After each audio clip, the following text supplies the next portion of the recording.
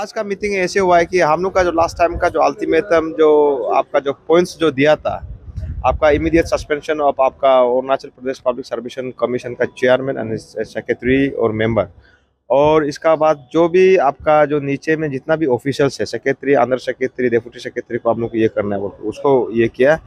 और बाकी जो ईडी सीबीआई जो इंक्वायरी जो जितना भी होना है उसको आप लोग सीएम का टेबल में रखा है। ये है आपका इन प्रिंसिपल तो एक्सेप्ट किया है आपका क्योंकि आपका कमीशंस को डेफिनेटली वो हटाएगा बोला है, बट देन इसका कमीशंस को ये करने के लिए थोड़ा सा प्रोसीजर होता है और कैबिनेट सिटिंग करेगा। कैबिनेट इन प्रिंसिपल अप्रूवल कर लिया कि वो कैबिनेट बैठ के उसका तरफ से गवर्नर को लिखेगा, और उसका एम्बिट में जो कैपेसिटी में जो होता है आपका secretary, deputy secretary, under secretary, joint secretary, SO जितना भी ऑफिशियल्स है Arunachal Pradesh public service commission का, वो सस्पेंड करने का ऑर्डर आपको 2-3 घंटा में मिल जाएगा। ये एक अच्छा आउटकम है सीबीआई इंक्वायरी का। इसलिए हम बोला कि पॉलिसी में जो प्रोसीजरल लैप्सेस में एक नेचुरल टाइम लगता है। हम सब बियर्स को ये रिक्वेस्ट करता है कि आप थोड़ा सा तो पेशेंसली वेट करना पड़ेगा। और उसका जो अभी ये में भी आपका सोशल मीडिया में भी पब्लिक डोमेन में भी घूम रहा है जो सीबीआई रिकमेंडेशन करने वाला, यहाँ से गया वो सेंट्रल में जाएगा, होम मिनिस्ट्री कहीं कहीं में जाएगा, वापस आएगा, और उसको भी एश्योर किया कि डेफिनेटली वो सीबीआई इंक्वायरी होगा। नहीं, हम लोग कॉम्प्रिहेंसिव डिस्कशन किया है। यही पेपर लीकेज तो एक इंस्टेंस है, there are so many instance की ऐसे इशू हमेशा हिस्ट्री इतिहास गवाह है। तो उस चीज़ को भी हम लोग ओवरऑल मैंने इसमें ऐसे है कि 2014 में एक इंस्टेंस हुआ है, 2017 में हुआ है, फिर इसका बाद 2000 अभी हाल ही में हुआ है, उसको हम लोग एक एग्जाम्पल। बट देन अभी जो ये एक नेक्सस है, इसलिए हम बोला है कि एक स्टेटमेंट एक कम्युनल स्टेटमेंट नहीं है। आज का दिन में कोई भी आदमी अगर Arunachal Pradesh public service commission में नौकरी मिलना है बोलने से, और ताकि जरंग का फैमिली से अगर कोई शादी करेगा या जरंग कलाम से कोई शादी करेगा, उसको पक्का नौकरी मिलेगा। इसलिए हम लोग स्टडी किया है कि एवरी ईयर उसका क्लोज रिलेटिव्स एक दो सिस्टम को धीरे धीरे दीमक इसको सिस्टम को पूरा खत्म कर दिया है। इसलिए हम लोग बोला है कि इसका कॉम्प्रिहेंसिव इन्वेस्टिगेशन होना चाहिए। लास्ट टाइम 2014 में जैसे अभी 3-4 एक्यूज को पकड़ा, इसका बाद क्लीन चिट दिया, ऐसे नहीं होना चाहिए।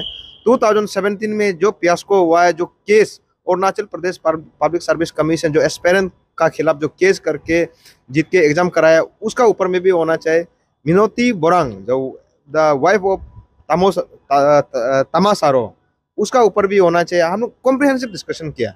ये है अभी जब ये इशू को अपसू और अंशु जो हम लोग स्पीयरहेड कर रहा है, तो हम लोग को भरोसा रखी है। और हमारे चलते आज तक जितना भी डिमांड्स है, स्पेशली सीबीआई को लेके, एंड देन हम लोग का मेन डिमांड तो वही है कि सिर्फ ये सिविल का बात नहीं है, ये पूरा एपीपीएससी का कंडक्ट का बात है। इसके लिए हम लोग जो चाहते हैं कि पूरा एपीसीएस का जो रिफॉर्मेशन, स्पेशली ये जो प्रेजेंट टीम जो चेयरमैन सेक्रेटरी को लेके जितना मेंबर्स, इनका अंदर में तो कंडक्ट होना ही नहीं है। तो हमारा तरफ से हम लोग ये तय है कि इसका अंदर में तो हम लोग एग्जाम कंडक्ट करने नहीं देगा। और दूसरा, जहाँ तक रिपोर्ट का बारे अगर बात करेगा, तो सीएम साहब ने तो एश्योर किया, हमारे जितना भी डिमांड्स को उन्होंने एश्योर किया। और हम लोग को यही एश्योर किया कि कल वो जो कमीशन वाला को बुला के बात करेंगे। तो उसका बाद अगर नहीं होता है तो उन्होंने ये भी एश्योर किया है कि ये आयरोनिकली एक जो डिसीजन लेने का है, जो वो लोग का इम्पीचमेंट का, तो उनको भी गवर्नमेंट का तरफ से पूरा स्ट्रेस देगा। इसलिए हमारा जितना भी डिमांड्स है सीएम तो मान गया, और उन्होंने यही एश्योर किया कि सबसे पहले तो कमीशन का शटडाउन होना है। तो कमीशन का शटडाउन होने के बाद नया जो टीम आएगा, उसका साथ जो ये कॉन्स्टिट्यूशन होगा एक हमारा एपीसीएस का, तो एसओपी का वही एसओपी का हिसाब से एक फिर से बेतक करके फिर नया से बनाना है, क्योंकि ये कमीशन का ऊपर में तो किसी को विश्वास नहीं।